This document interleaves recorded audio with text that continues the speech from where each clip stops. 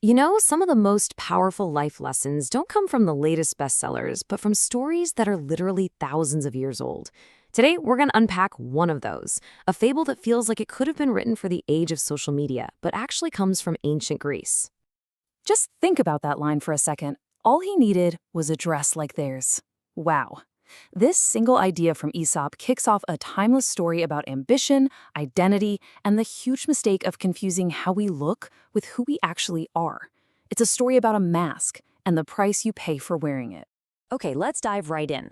This is the fable of the vain jackdaw, and it's all about this one bird who has a desire that, let's be honest, is superhuman. He just wants to be someone else. And even though the story is short, man, its warning has been echoing for centuries. So here's how it all goes down, in 4 pretty tragic steps. First, it starts with envy. The jackdaw looks at these amazing peacocks and just feels less than. So then comes step 2, the deception. He literally builds a costume for himself out of their old, discarded feathers. But that's when it all goes wrong, leading to a brutal rejection. The peacocks don't just laugh at him, they physically attack him. And then, the final, most devastating blow, exile. He tries to go back home, to his own kind, but they remember his arrogance, and they turn on him too. And this is the part that really hits home. He didn't just fail to become a peacock, he ended up losing his place as a jackdaw. So he's left totally alone, wounded, with nothing. It's just a brutal reminder of what can happen when you try to be something you're not. So what is this ancient story really trying to drill into our heads? Well, it's a super deep look at what it means to belong and the huge, huge mistake of thinking you can just fake your way into it. Here's where the jackdaw got it all wrong. He saw the peacock's incredible feathers, their dress, and thought, that's it, that's the secret. But he totally missed their nature. You see, the dress was just on the surface, something he could borrow. But their nature, that was real, authentic, something you can't fake. He tried to stick a fragile costume onto a reality where it just didn't belong. And this really boils down to the one central question of the whole fable, right? What's the better choice? Is it better to be authentically you, even if you think you're kind of plain? Or is it better to chase after some fake version of greatness, only to get exposed and thrown out by everyone? Okay, let's bring this into our world, because, spoiler alert, this is not just a story about birds. This exact same problem, the jackdaw's problem, it plays out all around us every single day. And you can map this fable directly onto our lives. I mean, think about it. On a personal level, maybe it's going into debt to buy fancy things to impress people, only to wind up broke and still on the outside. Or maybe it's interpersonal, changing who you are to hang with the cool kids, but you end up pushing away your real friends. And professionally, oh yeah, faking skills you don't have, which always ends with you getting found out and losing all credibility. See the pattern? It's the same story every time. But this goes even deeper than just the social stuff.